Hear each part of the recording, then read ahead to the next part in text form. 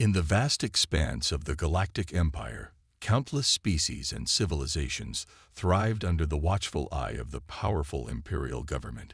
The Empire had stood for millennia, its influence stretching across the stars, encompassing planets and systems far beyond the imagination of most beings. It was a testament to the strength and unity of the diverse races that had come together under one banner.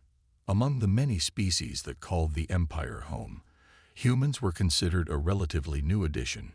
They had only recently achieved interstellar travel and had begun to establish small colonies on the fringes of imperial space. The Empire, in its wisdom, had granted them a measure of autonomy, allowing them to govern themselves as long as they adhered to the basic laws and regulations set forth by the Imperial Council. At first, the Empire paid little attention to the humans, viewing them as just another species to be assimilated into the grand tapestry of the galactic community. The Imperial Scouts, charged with monitoring the various races under the Empire's protection, reported back that the humans were a relatively primitive species. Their technology barely advanced enough to achieve interstellar travel. However, as time passed, the Empire began to take notice of the humans' rapid progress. Their colonies, once small and isolated, had begun to expand and flourish. The humans had a knack for adapting to new environments and had quickly established thriving communities on even the most inhospitable of worlds. The Imperial Council, intrigued by the humans' success, dispatched a team of scouts to observe them more closely.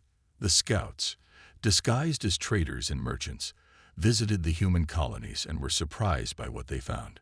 The humans, despite their relative youth as a spacefaring species, had already developed advanced technologies that rivaled those of some of the older, more established races in the Empire.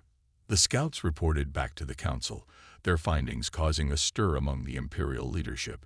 Some saw the humans as a potential threat, their rapid advancement a cause for concern. Others saw them as a valuable addition to the Empire, their ingenuity and resourcefulness a boon to the galactic community. As the debate raged on, the Empire continued to monitor the humans from afar. They watched as the human colonies grew and prospered, their ships venturing ever further into the depths of space. The humans, it seemed, had a thirst for exploration and discovery that knew no bounds. It was during one of these exploratory missions that the humans made a discovery that would change the course of galactic history. On the edge of imperial space, in a remote and uncharted region, a human ship stumbled upon a small, seemingly insignificant planet. The planet, which the humans named Primus, was unremarkable in every way, its surface barren and lifeless. However, as the human explorers began to study the planet more closely, they made a startling discovery. Beneath the surface, hidden deep within the planet's crust, lay a cache of ancient technology, far more advanced than anything the Empire had ever seen. The humans, eager to unlock the secrets of this long-lost civilization, began to excavate the site, their efforts fueled by a burning curiosity and a desire for knowledge. News of the discovery quickly spread throughout the Empire, reaching the ears of the Imperial Council. The Council, alarmed by the potential implications of the humans' find, dispatched a fleet of warships to Primus, determined to seize control of the ancient technology for themselves. And so, on the edge of imperial space, on a small, insignificant planet, the stage was set for a conflict that would shake the very foundations of the Galactic Empire. The humans, unaware of the gathering storm, continued their work on Primus, blissfully ignorant of the fact that they were about to be drawn into a war that would change the course of their species' destiny forever. As the Imperial Scouts approached the small human settlement on the remote planet of Primus, they were filled with a sense of curiosity and trepidation. The Empire had sent them to investigate the rumors of advanced technology hidden beneath the planet's surface, and to assess the potential threat posed by the humans who had discovered it. The Scouts, disguised as simple traders, were greeted warmly by the human settlers. The humans, who had been living on Primus for several months, were eager to share their knowledge and experiences with the new arrivals. They spoke of the wonders they had discovered beneath the planet's surface, of the ancient ruins and advanced technology that lay hidden there. The scouts listened intently, their interest piqued by the humans' tales.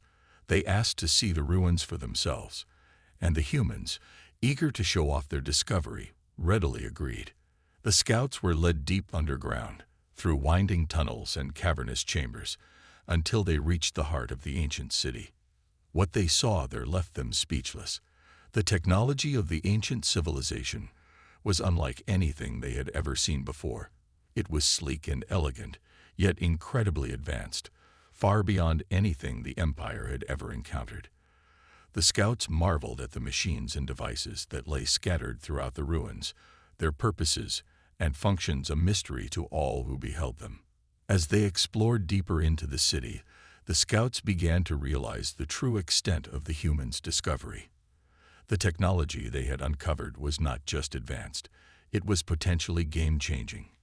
With access to such technology, the humans could become a major player in the galactic community, a force to be reckoned with.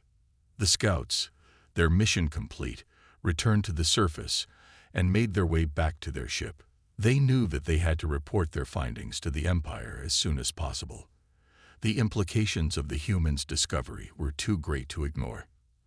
As they prepared to depart, the scouts were approached by a group of human leaders. The humans, sensing the scouts' unease, asked if everything was all right. The scouts, not wanting to reveal their true purpose, assured the humans that everything was fine. They thanked the humans for their hospitality and promised to return soon with more traders and goods to share.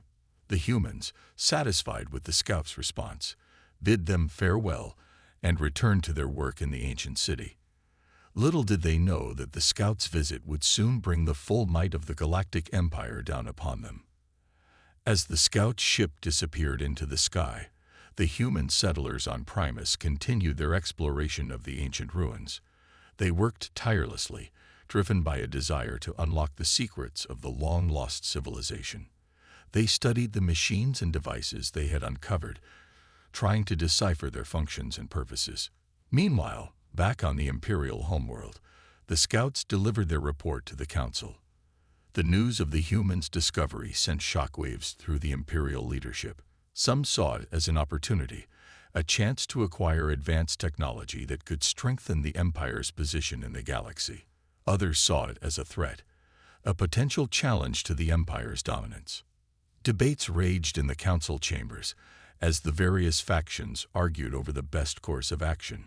Some called for immediate military action, wanting to seize the technology by force before the humans could fully understand its potential. Others advocated for a more diplomatic approach, hoping to negotiate with the humans and convince them to share their knowledge willingly. In the end, it was the hardliners who won out. The Empire, they argued, could not afford to take any chances. The humans, with their rapidly advancing technology and growing ambitions, posed too great a threat to be left unchecked. The Council, swayed by their arguments, authorized the deployment of a full Imperial battle fleet to Primus. And so, as the humans on Primus continued their work, unaware of the gathering storm, the Empire prepared for war. The first shots of the conflict were about to be fired, and the fate of the galaxy would soon hang in the balance. As the Imperial fleet approached Primus, the humans remained blissfully unaware of the impending danger. They continued their work in the ancient city, studying the advanced technology and trying to unravel its secrets. The leaders of the settlement, proud of their discovery and eager to share it with the rest of humanity, sent out messages to the other human colonies scattered throughout the galaxy, inviting them to come and witness the wonders they had uncovered. Little did they know that their messages had been intercepted by the Empire, and that their invitation would be met with a show of force, unlike anything they had ever seen. As the Imperial ships entered orbit around Primus, the humans finally realized the gravity of their situation. They watched in horror as the massive warships took up positions above their settlement, their weapons trained on the planet's surface. The Imperial commander, a grizzled veteran of countless campaigns, broadcast a message to the human settlers. "Attention, human colonists," he said, his voice booming across the planet's surface. "By order of the Galactic Empire, You are hereby commanded to surrender yourselves and all advanced technology in your possession. Failure to comply will result in immediate military action. The humans, shocked and confused by the Empire's sudden aggression, scrambled to respond. Some called for immediate surrender, fearing the consequences of defying the Empire's might. Others, however, refused to give up their discovery so easily. They argued that the technology they had uncovered belonged to all of humanity, and that they had a right to study and utilize it as they saw fit. As the debate raged on, the Imperial commander grew impatient. He had his orders, and he was not about to let a handful of primitive humans stand in the way of the Empire's ambitions. He gave the order to his ships to begin their assault, and the skies above Primus erupted in a flurry of laser fire and explosions. The human settlement, caught off guard by the sudden attack, quickly fell into chaos. The settlers, armed with only basic weapons and equipment, were no match for the Empire's advanced military technology. They fought bravely, but they were quickly overwhelmed by the Imperial forces. As the battle raged on, a small group of human scientists and engineers made a desperate decision. They knew that they could not hope to defeat the Empire in open combat, but they also knew that they could not let the advanced technology fall into the wrong hands. They gathered up as much of the ancient technology as they could and fled into the depths of the planet, hoping to hide it away until the Empire had gone. The Imperial forces, meanwhile, continued their assault on the settlement. They bombarded the planet's surface with laser fire and plasma bombs, reducing much of the human colony to rubble. The survivors, those who had not been killed in the initial attack, were rounded up and taken prisoner by the Imperial troops. As the dust settled and the smoke cleared, the Imperial commander surveyed the devastation with a sense of grim satisfaction. The human threat had been neutralized, and the Empire's dominance had been reasserted. He gave the order to his troops to begin searching the ruins of the settlement for any signs of the advanced technology, confident that it would soon be in the hands of the Empire. But little did he know that the human scientists and engineers who had flowed into the depths of the planet had a plan of their own. They had no intention of letting the Empire claim the ancient technology for themselves, and they were already hard at work, devising a way to strike back against their oppressors. The stage was set for a desperate struggle, as the humans fought to protect their discovery, and the Empire sought to claim it for its own. The fate of the galaxy hung in the balance, and the outcome of the conflict would shape the course of history for generations to come. As the Imperial forces tightened their grip on Primus, the human resistance fighters knew that they were running out of time. They had managed to evacuate a small number of civilians and scientists to a secret underground bunker, but they knew that it was only a matter of time before the Empire discovered their hiding place. The leader of the resistance, a former military officer named Marcus, knew that they needed to act fast if they were going to have any chance of survival. He gathered his troops together and laid out a daring plan to strike back against the Imperial forces. "We may not have the advanced weapons or technology of the Empire," he said, his voice filled with determination. "But we have something that they don't: the will to fight for our freedom and our way of life. We will not let them take that away from us." The resistance fighters, armed with nothing more than a few outdated weapons and a handful of improvised explosives, set out to launch a series of guerrilla attacks against the Imperial troops. They struck quickly and silently, hitting the Empire's supply lines and communications networks, hoping to disrupt their operations and buy themselves some time. At first, their attacks seemed to have little effect. The Imperial forces, with their superior numbers and firepower, easily repelled the human fighters, forcing them to retreat back into the shadows. But as the days turned into weeks, the resistance began to grow in strength and numbers. Word of their struggles spread to other human colonies across the galaxy, and soon volunteers and supplies began to pour in from all corners of the Empire. The human fighters, once a ragtag band of rebels, soon became a formidable force, capable of striking at the heart of the Imperial war machine. The Imperial commander, frustrated by the humans' resilience and ingenuity, redoubled his efforts to crush the resistance. He sent in more troops and weapons, determined to wipe out the human fighters once and for all. But the more he tightened his grip, the more the humans slipped through his fingers. In a desperate attempt to turn the tide of the battle, the Imperial commander ordered his troops to launch a massive assault on the human stronghold. The Imperial warships, their weapons primed and ready, descended on the planet like a swarm of angry hornets, raining down fire and destruction on the human defenses. But the humans, armed with a few secret weapons of their own, were ready for them. They had managed to reverse engineer some of the ancient technology they had discovered, and had used it to create a new type of energy shield that could withstand even the most powerful of Imperial weapons. As the Imperial ships unleashed their fury on the human stronghold, the energy shields held firm, absorbing the brunt of the assault and leaving the human fighters unscathed. The Imperial commander, watching in disbelief as his ships were repelled by the humans' defense, realized that he had underestimated his enemy. The battle raged on for hours, with neither side giving an inch. The humans, emboldened by their success, launched a series of counterattacks against the Imperial forces, using their new weapons to devastating effect. The Imperial troops, caught off guard by the humans' sudden ferocity, began to falter and retreat. As the smoke cleared and the dust settled, the human fighters emerged victorious. They had managed to repel the Imperial assault and secure their position on Primus. The Imperial commander, his forces in disarray and his pride wounded, had no choice but to withdraw and regroup. The humans, exhausted but triumphant, celebrated their victory with a sense of grim satisfaction. They knew that the war was far from over, and that the Empire would not rest until it had claimed the ancient technology for itself. But for now, they had bought themselves some time, and a chance to catch their breath and prepare for the battles to come. The Resistance had struck a blow against the Empire, and had shown the galaxy that even the most powerful of foes could be brought to their knees by the determination and ingenuity of a few brave souls.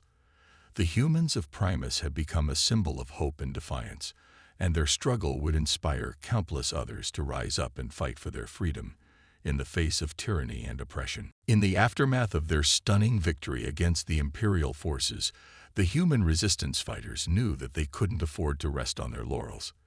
They had won a major battle, but the war was far from over. The Empire, wounded but not defeated, would surely be back, and with even greater numbers and firepower than before.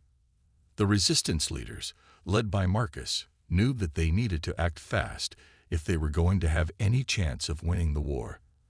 They began to scour the ancient ruins of Primus, searching for any scrap of technology or knowledge that could give them an edge over the Empire. As they dug deeper into the ruins, they made a startling discovery. The ancient civilization that had once inhabited Primus had not only been technologically advanced, but had also been engaged in a war of their own against a powerful and ruthless enemy. The resistance fighters found records and artifacts that spoke of a great conflict, one that had raged across the stars and had ultimately led to the downfall of the ancient civilization. But amidst the ruins and the rubble, the resistance fighters also found something else, a glimmer of hope. The ancient civilization had not been defeated by their enemy, but had instead found a way to fight back, using a powerful new weapon that they had developed in secret. The resistance fighters, intrigued by this discovery, began to study the ancient weapon, trying to unravel its secrets. They found that it was a type of energy weapon, one that could channel and amplify the power of the stars themselves, creating a beam of pure destructive force that could cut through even the strongest of Imperial shields. The resistance fighters knew that they had stumbled upon a game-changer, a weapon that could turn the tide of the war in their favor. They worked tirelessly to reverse engineer the technology, adapting it to their own systems and equipment. As they labored over the weapon, the Empire was not idle. The Imperial commander, still smarting from his defeat on Primus, had returned to the Imperial capital to rally his forces and plan his next move. He knew that he needed to act fast if he was going to crush the human resistance once and for all. The Empire began to mass its troops in ships, preparing for a massive assault on Primus. They knew that the humans would be expecting them this time, and that they would need to bring overwhelming force to bear if they were going to prevail. But the humans, armed with their new weapon, were ready for them. As the Imperial ships descended on Primus, the Resistance fighters unleashed their secret weapon, sending beams of pure energy slicing through the Imperial formations, cutting through their shields and hulls like a hot knife through butter. The Imperial ships, caught off guard by the humans' new technology, began to falter and retreat. The human fighters, emboldened by their success, pressed their advantage, launching a series of daring raids and counterattacks against the Imperial forces. The battle raged for days, with both sides suffering heavy losses. But in the end, it was the humans who emerged victorious once again. The Empire, its forces in disarray and its commanders scrambling to regroup, was forced to withdraw from Primus, leaving the planet in the hands of the Resistance. The news of the humans' victory spread like wildfire across the galaxy, inspiring other oppressed peoples to rise up and join the fight against the Empire. The human Resistance, once a small and isolated group, soon found itself at the center of a growing coalition of rebel forces, all united in their desire to overthrow the tyranny of the Empire. As the war entered a new phase, the humans of Primus knew that they had a long and difficult road ahead of them. But they also knew that they had something that the Empire could never take away from them: the hope and the determination to fight for their freedom, no matter the cost. And with their new weapon at their side, they knew that anything was possible, and that the Empire's days were numbered. As the dust settled on Primus and the human Resistance celebrated their hard-fought victory, the Galactic Empire found itself in a state of disarray. The news of their defeat at the hands of a primitive species spread quickly throughout the Imperial ranks, sowing seeds of doubt and unrest among the soldiers and commanders alike. The Imperial Council, once confident in their ability to crush the human rebellion with ease, now found themselves grappling with the reality of their situation. They had underestimated the humans, dismissing them as a minor nuisance that could be swatted aside with minimal effort. But now, as reports of the humans' advanced weaponry and tactical prowess flooded in, the Council realized that they had made a grave mistake. The Emperor himself, a figure shrouded in mystery and fear, took notice of the situation on Primus. He had long regarded the humans as beneath his notice, a species barely worthy of his contempt. But as he watched the footage of the Imperial ships being torn apart by the humans' energy weapons, he felt a flicker of unease stirring in his heart. He knew that he could not allow the humans to continue their rebellion unchecked. If word of their success spread to other species within the Empire, it could spark a wave of uprisings that could threaten the very foundations of his rule. He needed to act fast, and with overwhelming force, if he was going to stamp out the human Resistance once and for all. But even as the Emperor plotted his next move, the humans were not idle. They knew that their victory on Primus was only the beginning, and that the Empire would not rest until it had crushed their rebellion utterly. They needed to keep the pressure on, to strike while the iron was hot, and the Empire was still reeling from its defeat. The human Resistance began to reach out to other species within the Empire, seeking allies and partners in their fight against tyranny. They found that there were many who shared their desire for freedom and self-determination, and who were willing to join forces with the humans to overthrow the imperial yoke. As the Resistance grew in strength and numbers, the Empire found itself beset on all sides. The humans, armed with their advanced weaponry and bolstered by their new allies, launched a series of daring raids and assaults against imperial targets across the galaxy.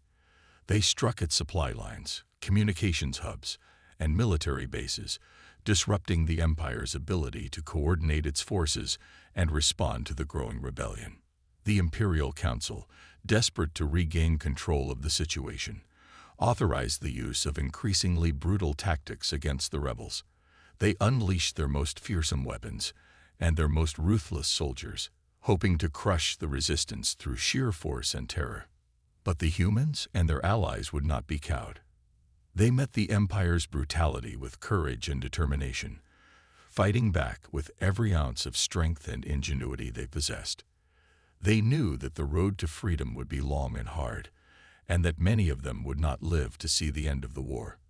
But they also knew that they could not afford to give up, not when the fate of the galaxy hung in the balance. As the war raged on, the tide began to turn against the Empire.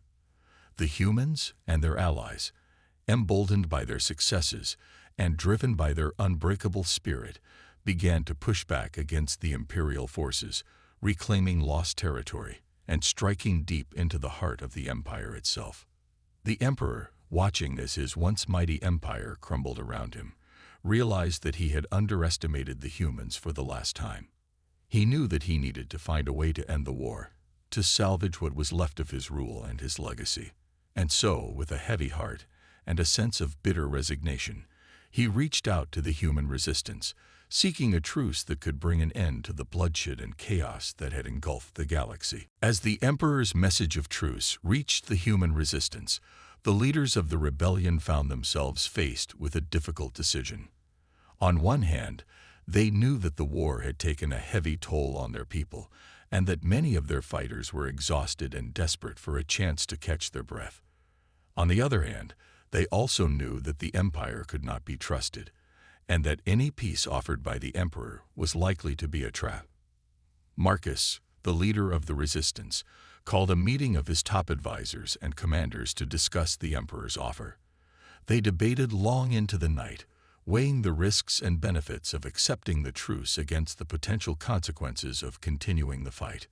Some argued that the resistance should take the Emperor's offer, using the temporary ceasefire to regroup and rebuild their forces for the next phase of the war. They pointed out that the humans and their allies had already achieved a great victory by forcing the Empire to the negotiating table, and that a truce could give them the time they needed to consolidate their gains and prepare for the final push. Others, however, were more cautious.